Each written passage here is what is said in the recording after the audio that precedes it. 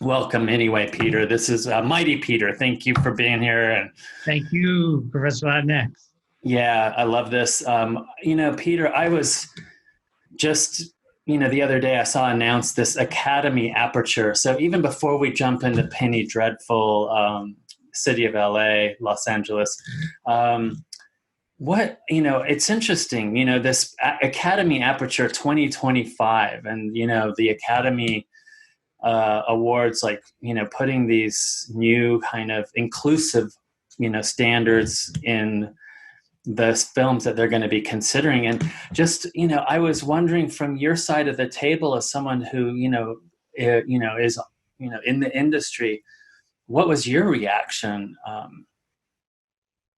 I was surprised because I don't know that I heard like any chatter about it. It just sort of came out as this announcement. Now, I'm not in the Film Academy, so maybe those discussions were being had, but it was surprising to me, and I was, to be very honest, it's the kind of surprise where I've almost been afraid to read the specifics. Like, I've seen the online buzz about it, and I've seen people's excitement, and I've seen people's reservations, and I almost didn't want to unwrap that present because I don't want to see if the sweater fits. I kind of want to leave it in the box. Yeah, no, I get it too. Read it? Did you read it? Yeah, I did read it, Tell me. and Give it to me. I was a little bit, I was excited, surprised, excited, and then kind of at the same time worried that yet again we're going to have, and I don't know what the solution is, and maybe this is the solution. I'm a proud product of affirmative action. Like, I will tell you till the cows go marching home that it worked, and I think it works, and we need to continue it until there's a level playing field. But one of the things that I faced as an affirmative action kid at Berkeley was roommates telling me, oh, well, why Fred got in and things like that. Yeah. And which is a bunch of BS, right? Yeah. And but I'm just like, the worry part is like, shit, now we're gonna have these killer films, and we're gonna have as they're wanting at least one lead that's underrepresented as in the acting spaces, at least 30% of the secondary roles, background roles, somehow underrepresented LGBTQ women or physically, cognitively disabled, interesting, more diverse storylines, and of course the leadership, the writing and the filming and everything. But then I'm going to be like, what, we're going to start winning all this stuff, and then we're going to get all those, well, we know what Fred got. Yeah, I know. And that's the rub on any access program. Like, I'm a product of an access program, the ABC Disney Writing Fellowship. And that's always been the back edge of that sword, which is not only, well, we know how Fred got in, we know how Peter got in, but also it immediately diminishes our contributions by saying that otherwise we wouldn't. And then it creates also a second class, especially in the writing world, where there's many, many stories of showrunners and other producers talking about, oh, you're the diversity writer, kind of cool your jets.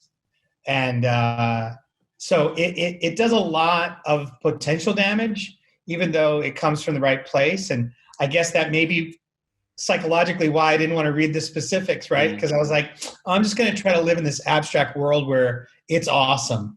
And but I kind of knew it would have that. However, before we move on, I'll just say this: of late, what I've been trying to say and then do is this idea that we, being anyone in the world who's not a part of the majority, we make your stuff better when you include us. When I include someone into my process that's not like me, it makes it better because I get a different point of view. I get different facts. I get different set of circumstances. It makes my stuff better. And I think if the Academy rules end up making movies look more like the world looks like when you step outside into the street, then I think that's good. But I definitely brace myself. I'm even hunching my shoulders as I'm talking to you because I'm thinking about like, here we go. And also where's the SNL sketch or the Lalo cartoon where, the Latin lead will still get killed in Act 2, but at least they will have spoken a lot before they get killed. Oh my God, you're my right-hand man. What happened to you? I got blown up. We gotta avenge his death. That's the only way we're gonna end this movie, is if I avenge his death. Tom Cruise has got to avenge Vin Rhames' death. That's got to happen. Right. Yeah, but just enough airtime to make that Academy qualification, right? Yeah. Hopefully it's a diverse script supervisor on the other side of the camera who's counting the amount of lines, and she can wave her hand when it's time to say goodbye to that character. Right. All right, let's shift gears. So Penny Dreadful, City of Angels. I know we've been dying to kind of talk about this show. 10 episodes, full season, and then bang, canceled, right? But like, God, there's just, I don't even know, honestly, Peter, I don't know where to even start with this thing. Maybe should we start with some of the good things and then kind of go, okay. Yeah, let's start with the good things. All right. So, I'll tell you, I like that we have like three brothers, Latino brothers, and they all, kind of in their different ways are complicated, and, they do represent certain types. Like we have Raul as the kind of activist union organizer, he's woke, and then we have Mateo, the younger brother, who's like, lured over to the kind of dark side as they're kind of showing it with the Pachuco world and the gang life. And then of course we have the model minority first detective, Coconut with Tiago. But I like that. I like the range. We're getting some some complexity there, even across these sort of brothers and the different generations. I also like that, heck, we've got like LA, and it's a different era, and it's kind of suspense noir, pulpy, Penny Dreadful kind of a thing. And we got 10 episodes, a full season, and the whole thing is propelled by basically the Latinx kind of core of the story. So I'd say those are my tops. Okay, my tops are the bringing to life that time and place in Los Angeles. The Bunker Hill, which is gone. That neighborhood is gone. And I know it was studio trickery and all that stuff, but like it excited me, the visuals, enough that I remember after maybe the first or second episode getting on YouTube and doing like a deep dive, because there are, very primitive video, like minute at a time, 2 minutes at a time, of like a camera in a car moving through this neighborhood that doesn't exist anymore. I'm sure the production designer must have used some of those videos to inspire them. And so that was very exciting. And I even went so far as to find the studio where they shot it. And I drove out to sort of see it while it was up. And so it was cool. I think the amount of representation on the side of the camera that you're shooting was great. As you talk about those three brothers, I think that they did represent three different types, maybe tropes. When you talked about the lead being the model minority. And I also felt like there was complexity of character, but not always in the Latin space. So I don't want to get into that yet. But I feel like overall, the writing showed me that the team was able to handle the complexity of character with, that doctor who was, a good doctor, but a Nazi, and the detective, Nathan Lane's detective, also the Jewish friends that were trying to hide that kid. And they had to make some very difficult choices, and it just all felt, even the woman in that group, when we peeled her back, we found out that she was, an anarchist from way back, and kind of when somebody was talking about how tough it was going to get, and she was like, "Oh, don't you believe me? I know how tough it is." So I really thought the complexity of character and the potential for the Latin characters to be drawn that complex was there. The skill set was there. Yeah. Yeah. Yeah, no, I agree. And I would have loved to have seen more of the little sister, right? Yeah. Josefina would have been great. She's there a little bit and kind of pops back in toward the end. But I thought she could have been there. That was a lost opportunity. And then, of course, let's just jump in and start talking about, like, the kind of the stuff that does go wrong. And then at the end of this, I do want to ask you, I'm just preparing you, Peter. Sure. I have some ideas, but I'm not a writer of TV. How in the end, like, I wonder, like, with everything that went wrong, like, how there seemed to be so much potential to get things right here. But let me jump in here and start with Sure. this idea of the white optic, and who the real kind of, John Logan, we know he's had a pretty kind of, uneven history of writing, and even writing really bad stuff like The Last Samurai. But I just wonder if in the end, that's the thing that trips this show up. Yeah, well, he's the showrunner. And so as much as you read about showrunners now that you didn't read about them 10 or 12 years ago, like when I was first coming up, there was an executive producer and a head writer. And I think nominally I remember somebody being called a showrunner. I don't know when the term first became sort of the nomenclature of the land, but things do run through that person. They run through that chair. And as you said about Last Samurai and Skyfall, and just the optics, even if the storytelling is sort of tight and compact and makes sense and it's sort of unassailable, you can't kind of point to something and go, that's lazy or doesn't work. But in terms of the lens, I'll give you one example without being critical, but more like wishing. Like, I wish, talk about the daughter, that's such a trope of the Mexican-American experience, right?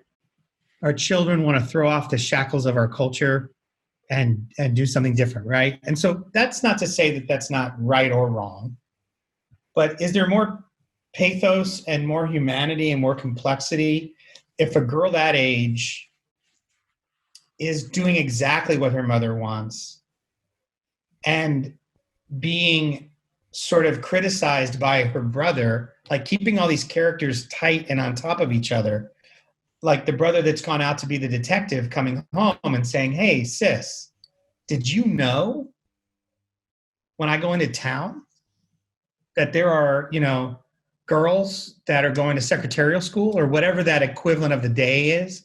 And to have that, both of those characters then deepened and the conflict become richer, as she doesn't immediately perform to the signposts of the trope, as an example. And I think that along with that comes a little bit of understanding of like who we are, right? To understand that. because Tiago, while being a coconut, he is trafficking in a world where he gets to be a messenger when he comes home. And those messages don't always have to be negative. They can be positive and confusing and all those kinds of things. And so that's an example where I feel like that would have been better, right? Mm-hmm. Not just more her, but how do we approach her? Mm-hmm. And get her to the same place. Get her to the same place.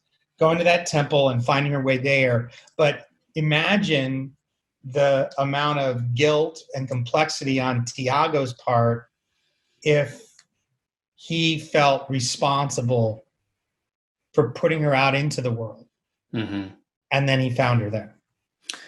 Yeah, I love that, Peter. And I think it also speaks to, some of the mainstream critics tried to put their finger on this, but they didn't quite, of the show. And when they said, there's just too much stuff going on here. There's too many threads. There's too many plots and subplots. And I just wonder if they had allowed that space of the Latino family and the range and the complexity of the stories kind of really breathing, and kind of pushed out some of those other ones, if we might have had a stronger narrative in the end.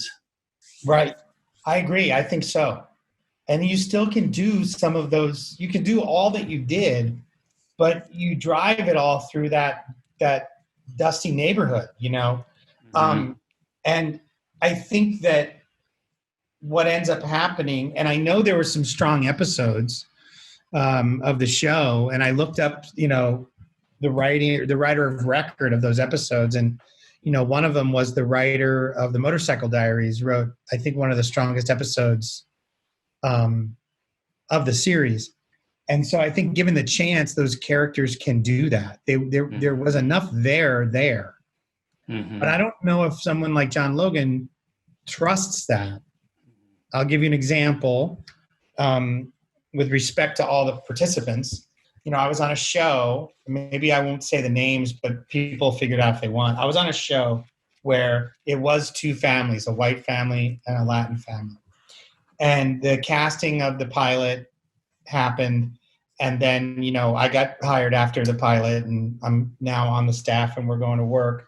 And there was definitely a concern on the side of the network and the studio. And I don't know how much the showrunner, but he was listening to them, that, we know the guaranteed two leads on the white side of the family are gangbusters comedy-wise. We're not as sure about the couple heading up the Mexican-American house. We're not as sure. And so there were conversations pre-production of the series about, do we need to create, like a third, like a grandfather who can be very funny by design in that space over there? And can we do this? And so there was just a lack of trust based on a lack of experience in comedy by some of these actors, based on the fact that we don't get many opportunities to do comedy. And you can see how it cycles through over and over again. Like, there's no way for them to have trust because they don't have the resume, but there's no way for them to get the resume. And so when we got to the first table read, we didn't add that character. My boss stood his ground in a good way. Like, that seems ridiculous. And he bet on those actors. And, one of those actors just killed it at the table read. And so you walk out feeling a little bit like, oh my gosh, look at that. But that didn't necessarily gain as much ground as we thought. Like, we thought we had won the war, and really we just won that battle. I think the network and studio was always going to be a little nervous about it because they just want people to be pros. And we just need those opportunities to create the pros. Yeah. Yeah. No, you're right. I think that's part of the Logan problem of, like, can I give the full narrative over to that house where all those people live? Can I give that full narrative over there? Right. Yeah. And trust that gravitational center will be exactly that, and pull it all together in the end. In the end, I understand why the critics were kind of like, wow, this is too much going on, because it's like a, what is that, what is that? That's not the centrifuge, which brings it together, but the opposite. And when we could have had, I only know it as a carnival ride called a tilt-a-whirl, but I'm not a scientist. Exactly, but that's perfect. Speaking of which, so that was another thing that was kind of interesting to me. Don't get me wrong, I love our music and our traditions and our history, but there were moments when we had like the kind of the dance, the big band, the Crimson Cat, and it just felt like kind of a Hollywood version of, it did. Yeah. It felt like one of those things. It reminded me of, and just so people who haven't seen it know, like you would show up to this, the camera would arrive at this dance club, and like there would be 3 to 4 couples that were on the street dancing. Like they couldn't even wait to get inside. They were dancing on the street. And then there were these moments where like the mother, and I don't care what era you're in, no one in their 20s wants their mom to go to the dance club they go to ever. Like, you can tell me that you have no budget as a production and you've got to use that location. Like, you can tell me anything you want, but there were moments that felt very fake like that. And it reminded me of a story in William Goldman's Adventures in the Screen Trade, when he was talking about writing Butch Cassidy and Sundance Kid. He came across this truthful article about Butch and Sundance convincing the governor, I think it was of Nebraska, it might have been Wyoming, but they convinced this governor to let them go with just the simple promise that they would never rob a train or a bank in that state ever again. And he let him go on faith. And William Goldman was like, this is such a great example of like Butch Cassidy's ability to charm people.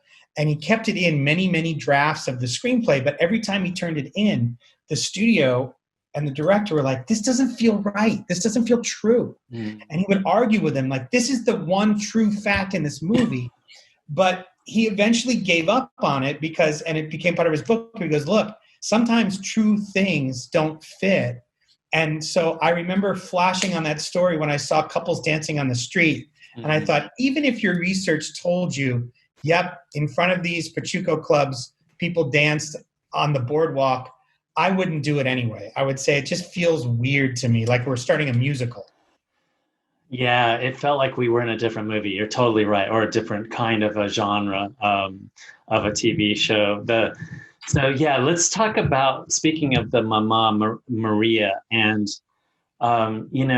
again, in my book, this was a real lost opportunity. You have this extraordinary actor. Oh my God. And she's kind of reduced to this figure, where she's, either seen with the son dancing at the Pachuco Club, the Crimson Cat, or she's seen praying to Santa Muerte.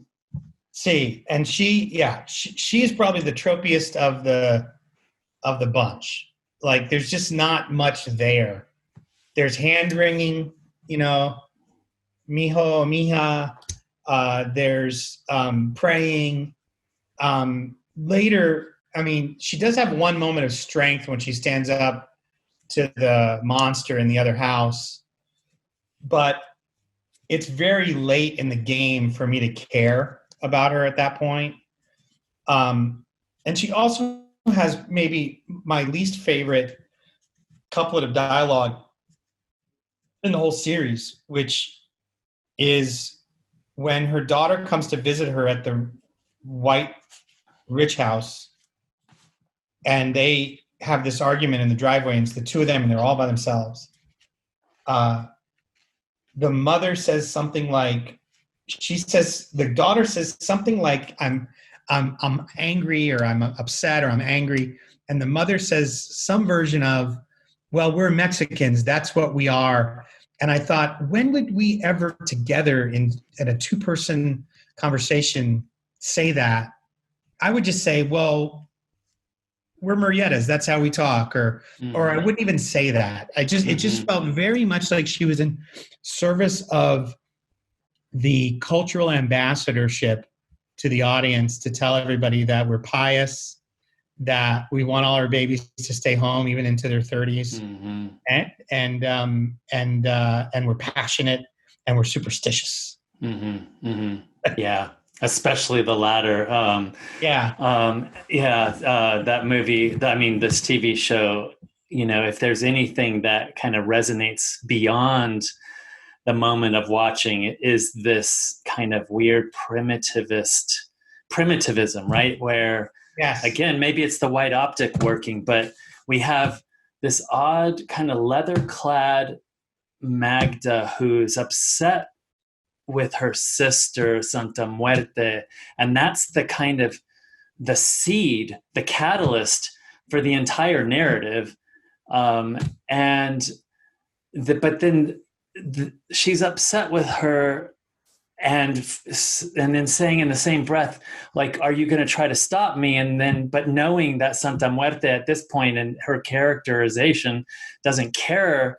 Right. Anyway, the whole thing, and that's our catalyst. And then Santa Muerte, who is like, I don't know, wearing these odd kind of, what are those contact lenses that make her eyes look kind of jaundiced, and who doesn't really, I don't know even how she's a villain, because she doesn't. She's supposed to care at the beginning, and then like she doesn't, and and also the way we meet her, where like when you talk about primitivism,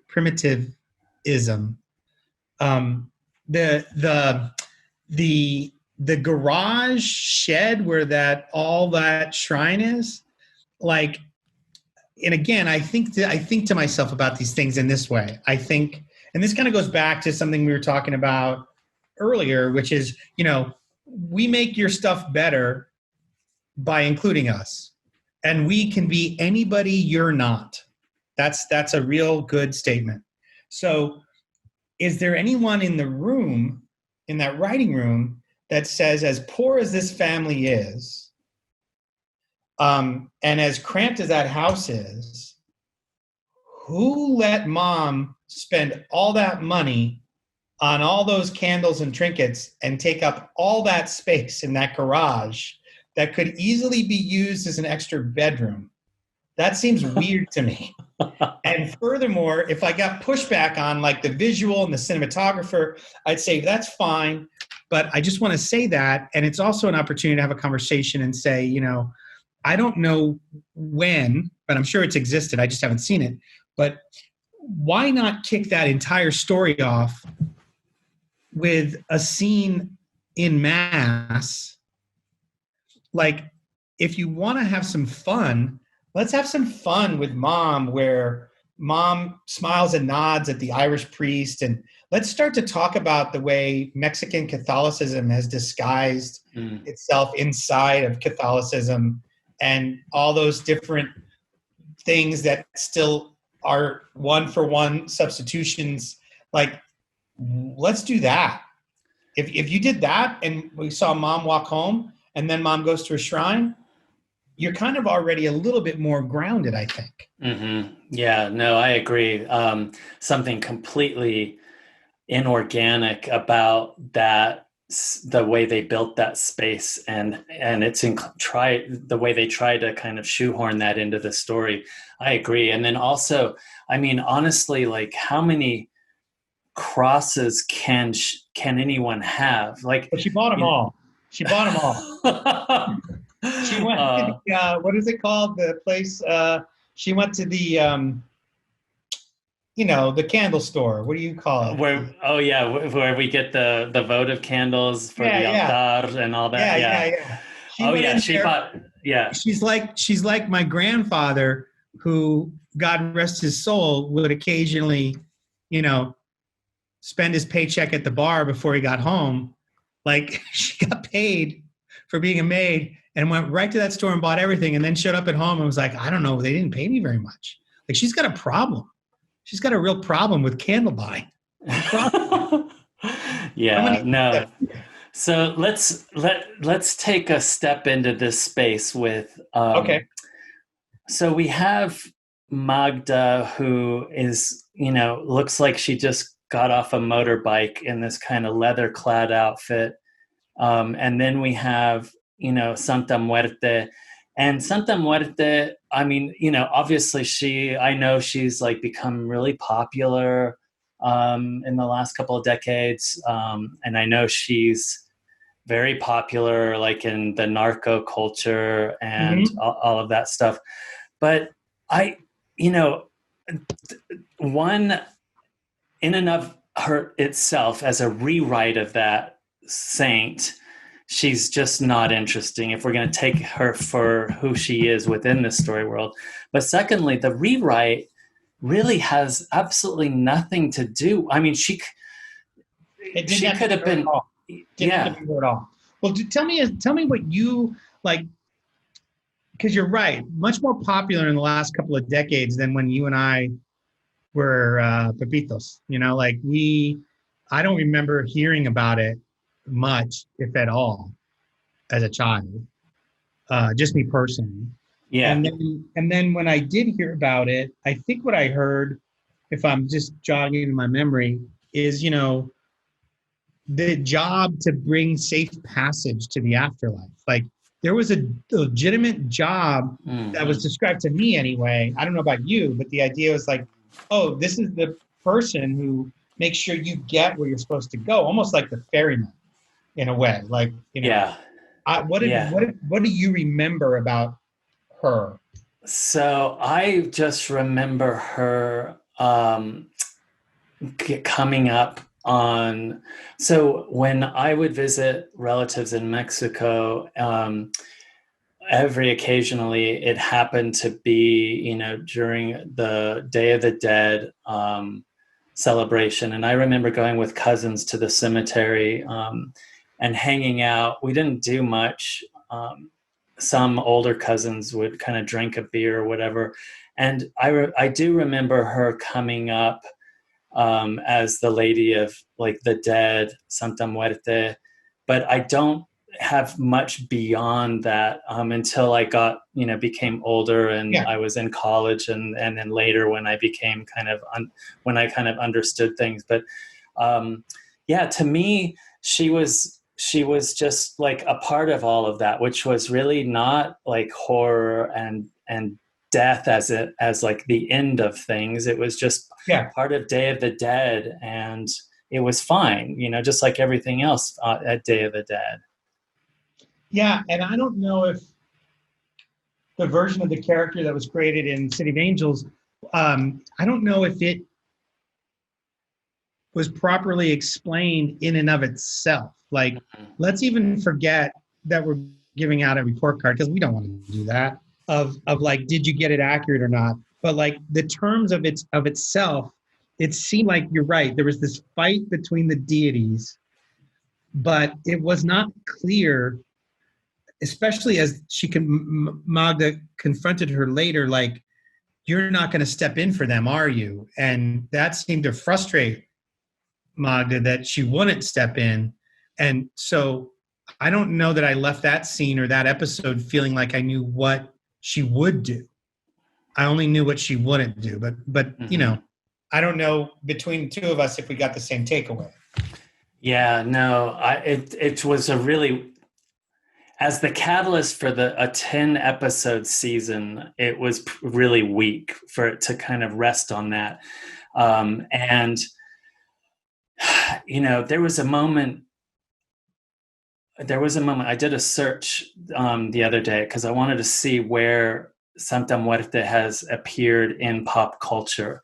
Okay. And Breaking Bad, there was an episode that I was reminded of in Breaking Bad where these Tuco, the twins, these cousins go out, and it was what I think the first episode of the third season. Anyway, I remember that episode. Yeah, and these villagers kind of crawling on the ground, and then they see what's going on, and they start crawling on the ground, and then they go in, and there's a sort of adobe space, building, and they go in, and there's an altar, and they, pray.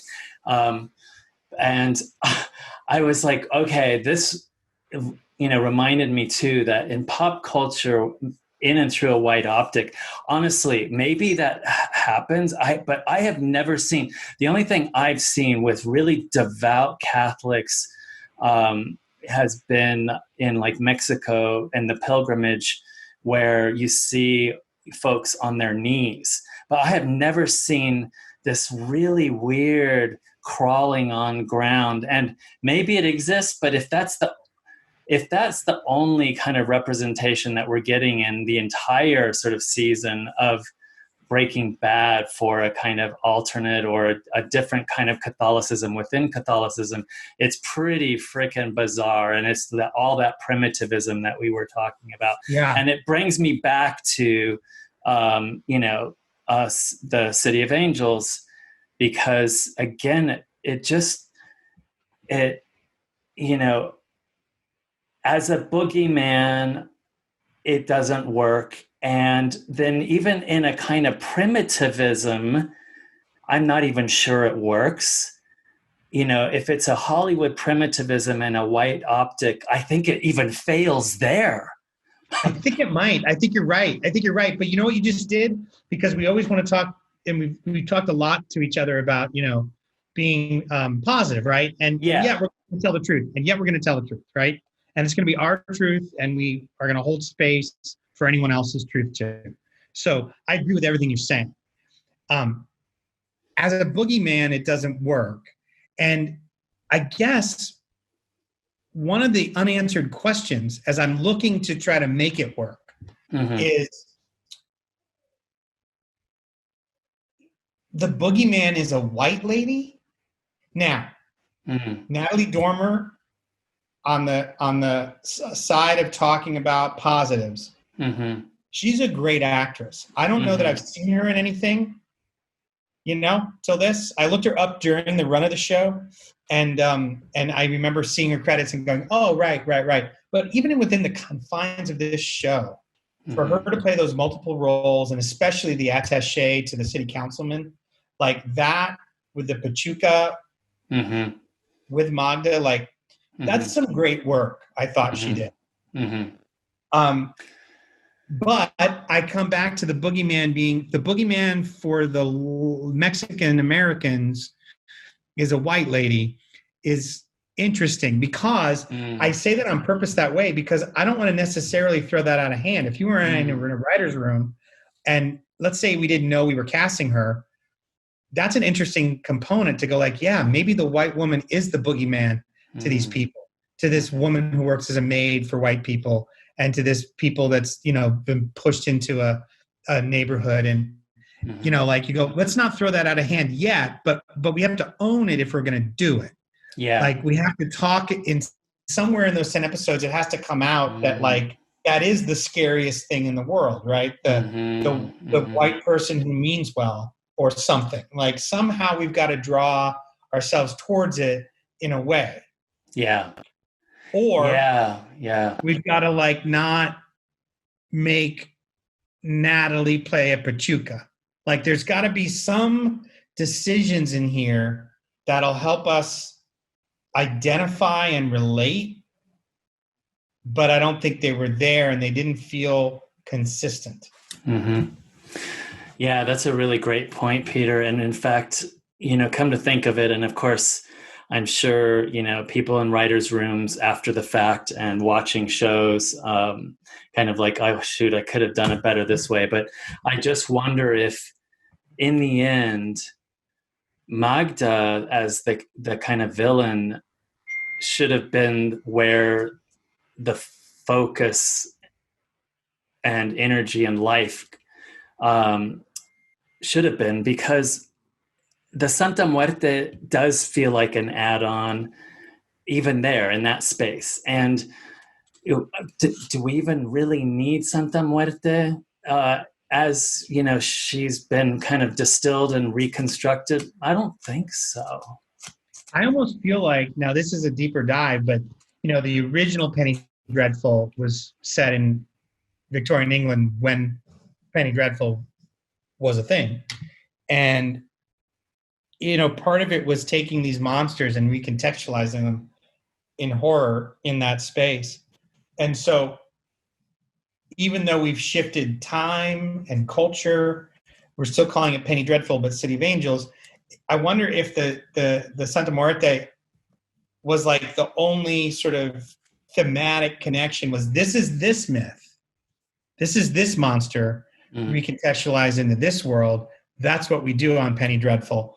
But, I think that it could have been held up to some more scrutiny and some more development that would have really made it, challenging. And I think, as you and I were talking the other morning about horror movie tropes and things like that, and some colleagues of ours, the idea of a white woman being the monster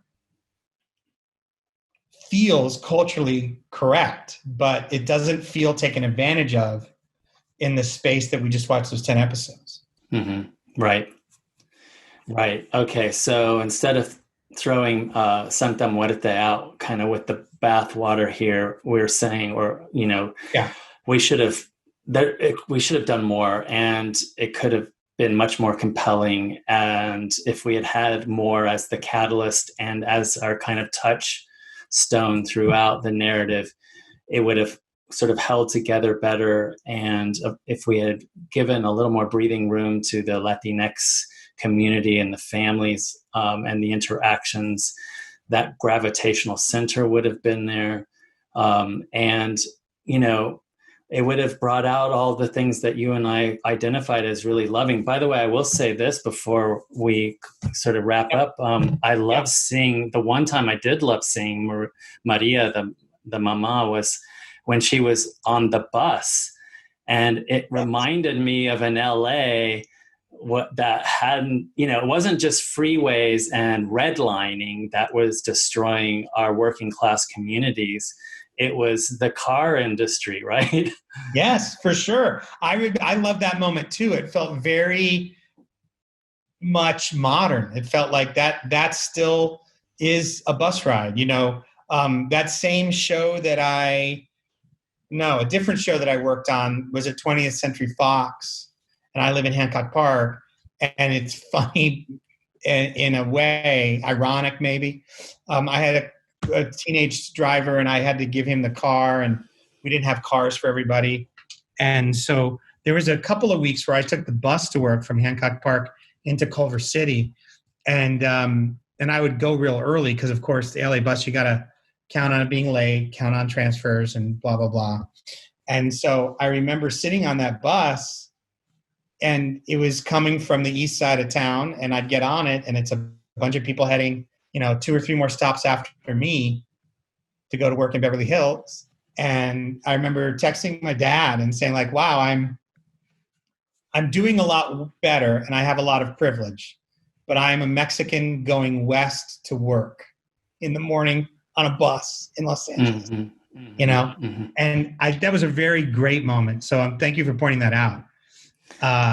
Yeah, I think that along with those moments we already identified, and what not to like bring academic jargon, but I call it the ethno-racial pause in some of my other work. That's the heart of this of City of Angels. And I think they needed to kind of allow also, like we just talked about, a little more breathing room between Magda and Santa Muerte. And we probably would have a show that was going to be renewed right now if that had been the case. I think so. And I think that, it has some good performances in it to end there. Not just Natalie, but I thought Nathan Lane did a great job. Yeah. I thought the woman that played the Amy Madigan's daughter, she was complex and did some really nice work. I think she, by the way, would be the character that I would want to use if we were going to go ahead and make and own Santa Muerte as a white figure. She would be the person that I would want, because of her relationship with Tiago, to see it and to ask that question. Wait a minute, this is yours, but she's white. what's up. Like that would be amazing. Yeah, that you called it for sure. And so I think that's all real interesting and cool. I also think that those actors that played the Latin parts, you could feel their enthusiasm for not just 5 to 6 lines. You could feel them being excited that they got to, walk down a street and, have full stories and things like that. Yeah, definitely. And of course, Adam Rodriguez, we love that guy. And you're right, though. Jessica Garza as Josefina. She deserves a lot more there. She's, she could definitely carry her own. But that last point you made about Santa Muerte as the white love interest, wow, that would have been pretty magnificent, and also spoken to all sorts of interesting kind of interracial issues as well in a really organic way. I don't know, Peter. I think I loved our discussion right now. I hope other people that join I do too. us. I hope too. Yeah, I look forward to us doing this, and I feel like it's such a refreshing moment to take stock of what's out there. And we're going to talk about TV shows, but books and comic books and movies and just all of it. But I feel like we're going to make what we do is fun for people to listen to, hopefully, not too academic, and also a part of the solution, because we should be having these kinds of conversations that aren't like down with it or up with it, but just like, hey, here's the latest movie. Like no one gets to review a Tom Cruise movie. He's come up twice in our show today. Interestingly enough, I don't know why I have Tom Cruise on my mind, but like nobody reviews a Tom Cruise movie with the guillotine over his blade over his head, saying like, hey man, there's no reason to do any more of these. It's just that was good, or he's done better. And I think part of us deserving more is also deserving the space to talk about, hey, here's this show, here's this book. This was great, this wasn't. And that's right. We're going to make stuff that's good, and we're going to make stuff that's kind of creaky, and that's how it's going to go. Awesome. Mighty Peter, I love talking with you. And Me too, I'm gonna wrap this one up.